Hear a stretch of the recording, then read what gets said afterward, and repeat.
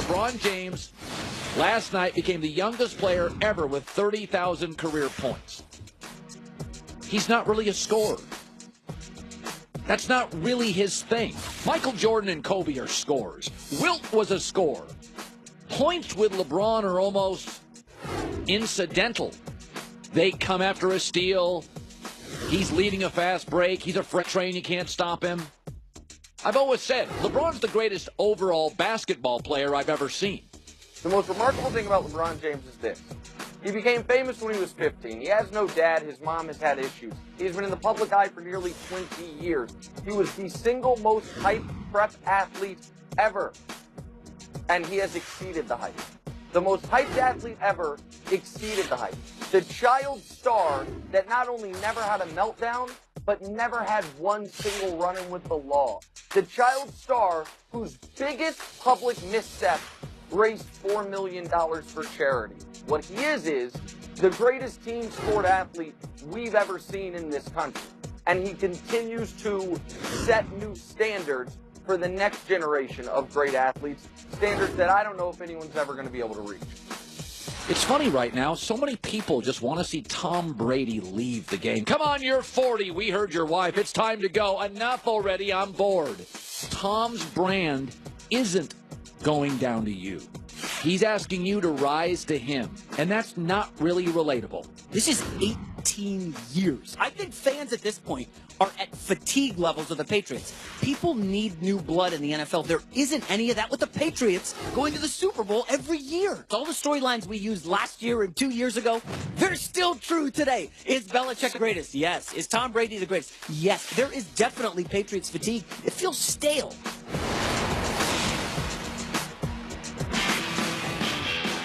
Car shopping's confusing. Dealer price, list price, invoice. What do those things mean? Go to TrueCar.com. Save $3,000 on average off MSRP, new or used car. Tells you what you're going to pay before you get there. Christine Leahy joining me. So we've seen something with the Golden State Warriors, where the Warriors are getting a lot of technicals this year.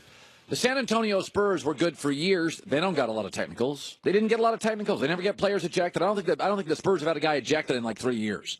Like the Spurs are a fairly egoless organization. To me, technical fouls are all about ego.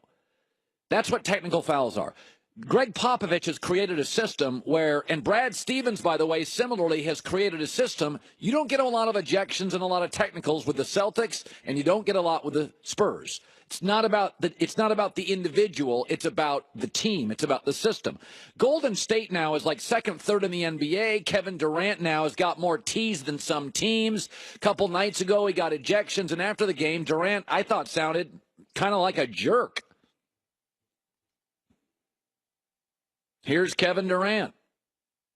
First half, I was dribbling up on the right side. I made a left to right cross. He said I carried. You kind of let that go. And he tried to make a bunch of excuses, and I told him he was wrong. And he went to halftime probably with an attitude. So second half, his whole thing was like he's trying to get me. So look at my first tech. I got the rebound, and I dribbled the ball hard, and he teched me up. He was searching for me. He looking to try to take me up to get me back because he's still in his feelings from the first half. That's what's been going on around the league the whole year. It's a bunch of that. Okay, that's not really what's happening, Kevin. What is happening is what's happening in Silicon Valley in America. I believe it's not a coincidence that Boston is what you would call a brain center in America. There's 51 universities, MIT, Harvard, among them in Boston Metro, right? Because of that, I don't think it's a coincidence the Patriots, the Celtics, and the Red Sox are ahead of almost everybody in their sport and analytics. You become your city. Philadelphia is known for tough guys. The last dynasty they had there was the Broad Street Bullies, their hockey team. We're tough guys. We beat people up. You become your city. Okay? Philadelphia, tough guy city. Boston, brain city. San Francisco, by the way, Silicon Valley is separating from America with its wealth. They're now testing programs. So many people in America over the next 15 years will be displaced because of tech that our government is considering adopting programs or creating them where tech companies create almost a bottom-end income for many Americans displaced by tech. It is a brain hub. I don't think it's a coincidence. Silicon Valley, Moneyball, all the World Series for the Giants, and the three-ball revolution in the NBA largely started in the Bay Area. The Bay Area and Boston, America's brain hub centers. You adapt to your environment. You got to be smart to survive in Boston. You got to be smart to survive in San Francisco. Hell, you can't pay rent or own a home. And so I think what's happened is Silicon Valley's a little full of itself. And that's okay. You're young, you're wealthy, you're changing the world. And everybody's telling you you're amazing. You are changing the world. You're 29. You create companies. You're worth $4 billion. Nobody in your social circle is. The world leaders, Bill Gates, Warren Buffett, flying to you to ask questions. This is what Golden State's become. Golden State has been told how smart they are and how great they are. Remember Joe Lacob, the owner a couple years ago of the Warriors, was interviewed by the New York Times? Do you remember his quote? I mean, it was incredible. He goes, we're light years ahead of probably every other team in structure and planning and how we're going about things. We're going to be a handful for the rest of the NBA for a long time. We're so far ahead of everybody. And then, you know, the media, which leans left, is gassing the Warriors up on their social consciousness. They're so smart and they're so progressive and, you know, they're light years ahead and they invent. And this team is now throwing mouthpieces, doing the poop thing on the floor with Steph Curry, getting technicals. All technicals is egos. That's why the Celtics and the Spurs don't get them. And I'm not blaming the Warriors. We've just gassed them up and told them how smart they are. And like Silicon Valley, frankly, is smarter than most of us. They are changing the world. They're not wrong on that. But if you tell young people or anybody how smart they are, and then you combine it with success like Silicon Valley young people or the Warriors are having on the court, what you have is this entitlement where they see officiating as out to get us and tedious and insignificant. I mean, listen, all great teams have egos. But when you combine Silicon Valley dominance on the court, they revolutionized the game. Basketball didn't look like this 8 years ago. Didn't look like this. Centers mattered. You could be on the floor and not be a shooter. You could be a great player, Dennis Rodman, and not be a shooter. Warriors have changed everything. You can't be on the floor if you can't shoot. Tristan Thompson is a complete liability. DeAndre Jordan, the game's best shot blocker, most athletic big, liability late in games. Can't have him on the floor, can't shoot. Warriors are full of themselves. That's why we're seeing all this behavior. Christine with the news. No. Turn on the news. This is the Herd Line News. We've talked a lot this week about that locker room meeting with the Cavs and that it maybe was Isaiah Thomas that led the charge and accusing Kevin Love of not really being sick. Yeah. Well, it looks like maybe they've buried the hatchet with this because they went on Twitter to make it seem like they're friends again. So Isaiah Thomas tweeted to Kevin Love, "Congrats to my guy, Kevin Love, on making the All-Star team. Well-deserved." And then Kevin Love wrote back, "Appreciated, brother," with, you know, the hands up signs. You know what I do when I'm having an argument with a friend? What? I go straight to Twitter to settle things. I make sure that the world knows that we're now on good terms. So you're saying, I believe this. You really do? Okay. Because I don't. But I think this is... Can you read the expression on my face? I don't believe this Tea at all. leaf. Yeah, it's... This is ridiculous. Way to go. Happy for you. Congratulations. Yeah. If you and I were fighting and I did it on Twitter, that would be the most insincere way. Exactly. That would be the last way I would believe. Like, I see you every day. I would probably have a conversation with you. But social media, a lot of that. It's a lot of posturing. Yeah. It's a lot of projecting. Like, whenever, like you see this, whenever something bad happens to somebody, everybody races to Twitter to say, "I feel for you," and you're like, no, you never watched that actor's movies. Right. Stop telling me you're losing sleep because an actor did something stupid. No, you don't even know. You don't watch their movies. You just want to be seen on Twitter. That's right. Did you know, though, that they were friends since they were 16 years old? They were AAU teammates? I found that out yesterday. There they are. Yes, and I didn't know that until yesterday morning. Somebody told me that during the day. So there he goes. There's a picture of Kevin Love. Well, they're both from the Pacific Northwest, right? Yeah. Isn't Isaiah a Seattle kid? Is Isaiah Thomas? Yeah, he's a Seattle, Tacoma, yeah. So, you know, that's sad, though, that they're not friends anymore since they've known each other since 16. And I don't believe the Twitter thing. Paul George was snubbed from the All-Star game, and Russell Westbrook's not happy about it at all. They're teammates, and I'm sure that it would help Westbrook's cause for keeping Paul George if he got All-Star numbers and got into the All-Star game. So here's Westbrook's response. Unbelievable. I think it's just outrageous in my opinion. I think, you got, I don't know who else made the team, but I know got team guys, 4 people from one team, got guys, complaining about getting snubbed until they get in. You got guys that, just talking about it all the time, but the guys that deserve it should be in. It's not. I just don't understand. It doesn't make any sense. Guy to lead the league in steals, compete every night. Top 2 at his position. You know what I mean? It don't make any sense regardless of, anything else. Okay, 2 things. For the record, 1, Westbrook actually leads the league in steals. Paul George is number 2, so not far off. But do you remember back when, I think this was a couple weeks ago, and you were saying that Westbrook was wrong because he didn't want to recruit Paul George? Yeah, this is actually a big step for him. He's defending Paul George, standing up for him. This is the stuff that counts. Yeah, by the way, not just the sales pitch. Yeah, and why is he doing it? Because he's gotten burned when he didn't. Because he's actually a good teammate.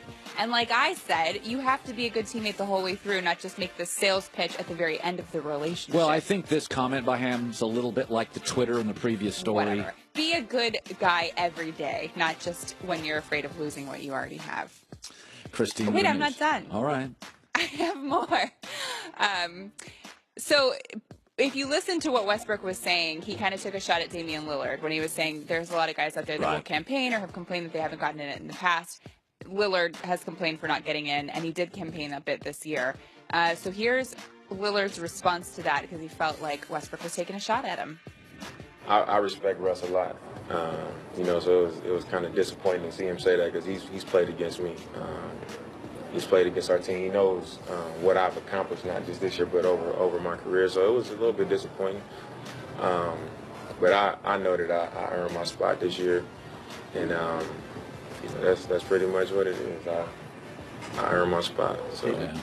Damian Lillard feels like an all-star to me. He's a good player. Yeah, no, I think he kind of gets be there too. He's tucked up in the Northwest, and he kind of gets lost with all the great guards. San Francisco's got all these star players, and Portland's tucked. We don't have a franchise in Seattle or Vancouver, so Portland's tucked up there in the corner. Lillard, every time I watch Lillard play, I'm like, oh, he's an all-star. Yeah, well, there's only so many spots available, so it's tough. Now I'm done. Christine, on the news. Well, that's the news. And thanks for stopping by. The Herd Line Say goodbye News. to the grocery store and hello to HelloFresh. Healthy ingredients, easy to follow recipes, shipped to your door, limited time, $30 off your first box. Go to HelloFresh.com/Colin. Plus, it's free shipping. This is really an interesting thing. So Alex Rodriguez is a big part of our baseball coverage at Fox. World Series playoffs. Big part of our coverage, heavily promoted. ESPN is now going to hire him. We're going to keep him, too, as the voice of their Sunday night baseball. Isn't it interesting? So A-Rod, who had the longest suspension in Major League Baseball history in terms of, like, HGH steroid use. Longest what? Baseball's embracing him. Fox World Series playoff coverage. Baseball loves Alex. We love Alex. ESPN's like, well, we want him on the Sunday night coverage. And we're like, all right, you can use him for that. But yesterday, Clemens, Bonds, Hall of Fame. Is it because Mark McGwire has been accepted back into the game, one of the top hitting coaches, because Mark McGwire owned up to it? Alex Rodriguez acknowledged, yes, for 2 years in Miami at a clinic, I did use a doctor, I did purchase blank. Bonds, denial! Clemens, denial! T.O. wants a job in the NFL. It's everybody else's fault. Can't get one. Rob Parker's a Hall of Fame voter. Hall of Fame voters are peculiar people. Rob Parker, explain your brethren. Explain Rob Parker, baseball writers. It's funny how it works in your sport. Like, some guys are accepted. Bonds and Clemens, why aren't they? No, I agree with that, because it's all over the place, and I have issues with it. I really do, on how guys are voting or whatnot. I do believe that baseball writers do take it very seriously, most of the guys that I know, and it's a big deal to have a Hall of Fame vote. There's only 500 guys in the entire country that have a vote. But why does Pudge embraced He's all over Canseco's book, and Clemens is not. No, that's a good question, and you bring up a fair point, but I don't think that it's all the way just that. What is it? I think that there is, like, they're going to make these guys wait it out like a punishment. It's like what T.O. got. T.O. should have been in the Hall of Fame his first year as well. But he's kind of a jerk. Okay? But the only thing I will say is the writers have done this, is that if you look at Bonds, Bonds was never the writer's friend. Right, ever. right.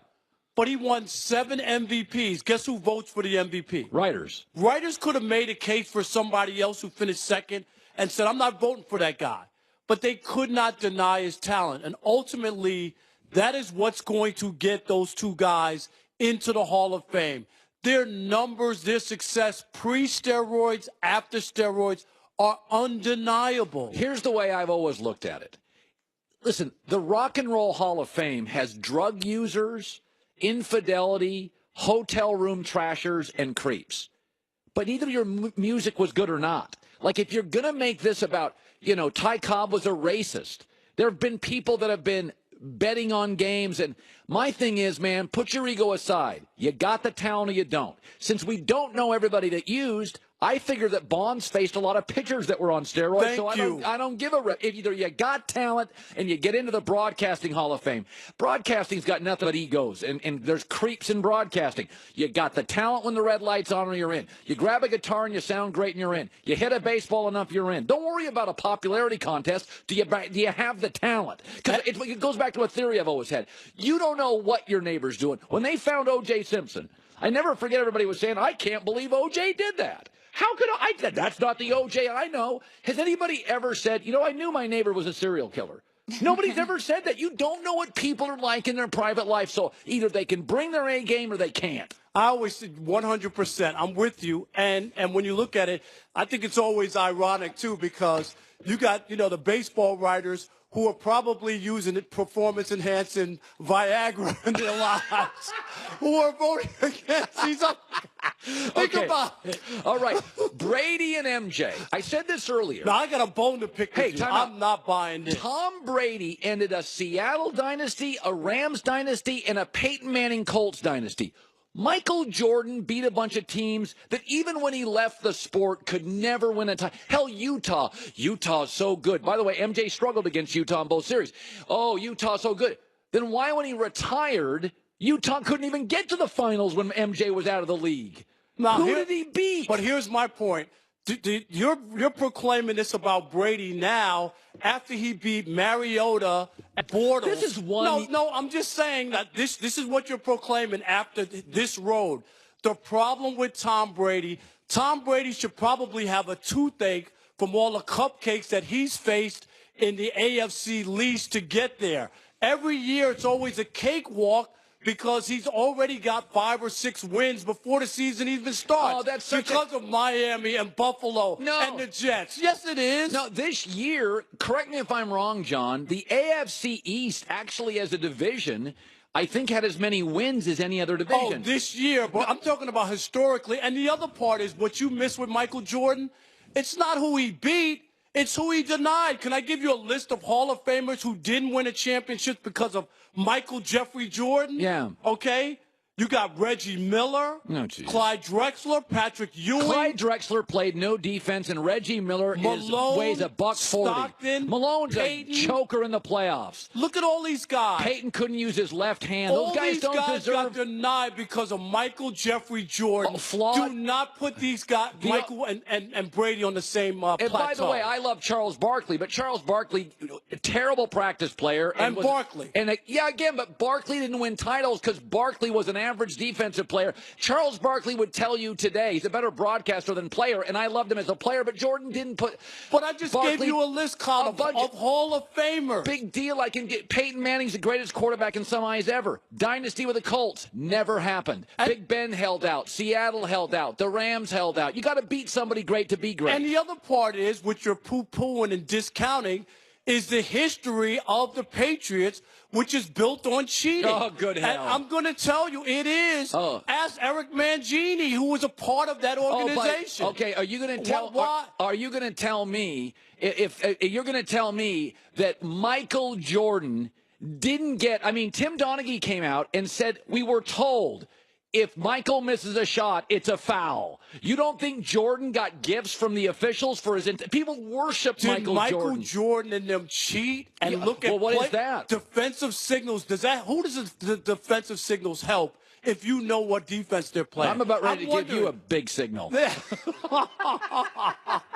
does that help? Okay. You got to say that. Okay. No, okay. All right, so stick around here. We're going to play a game called Bull Stat, where Christine, this is interesting for the Super Bowl, Christine gives us stats. Yes. And is it real or a bull stat? And by the way, I've heard one of them. It's really interesting. You got a heads up? That's not fair. Not on all of them, just on one of them, which I think is fascinating. Rob Parker, coming up next. There's a question for you. When's the last time you said, I love my underwear? I don't think you've ever said that. Well, you would if you switched to Tommy John, like I did 3 years ago. Listen, I'm not an underwear guy, man. I like freedom. But Tommy John changed everything. No distractions, no wedgies, no rearranging yourself. It is breathable micro fabric. I sleep in it, and I'm wearing it now. And it's backed by the best pair you'll ever wear, or its free guarantee. Keep this year fresh. Upgrade the old, tired, shrinking, wrinkled underwear. Go to TommyJohn.com now and use the promo code HERD, HERD. 20% off your first order. TommyJohn.com, code HERD. So breathable.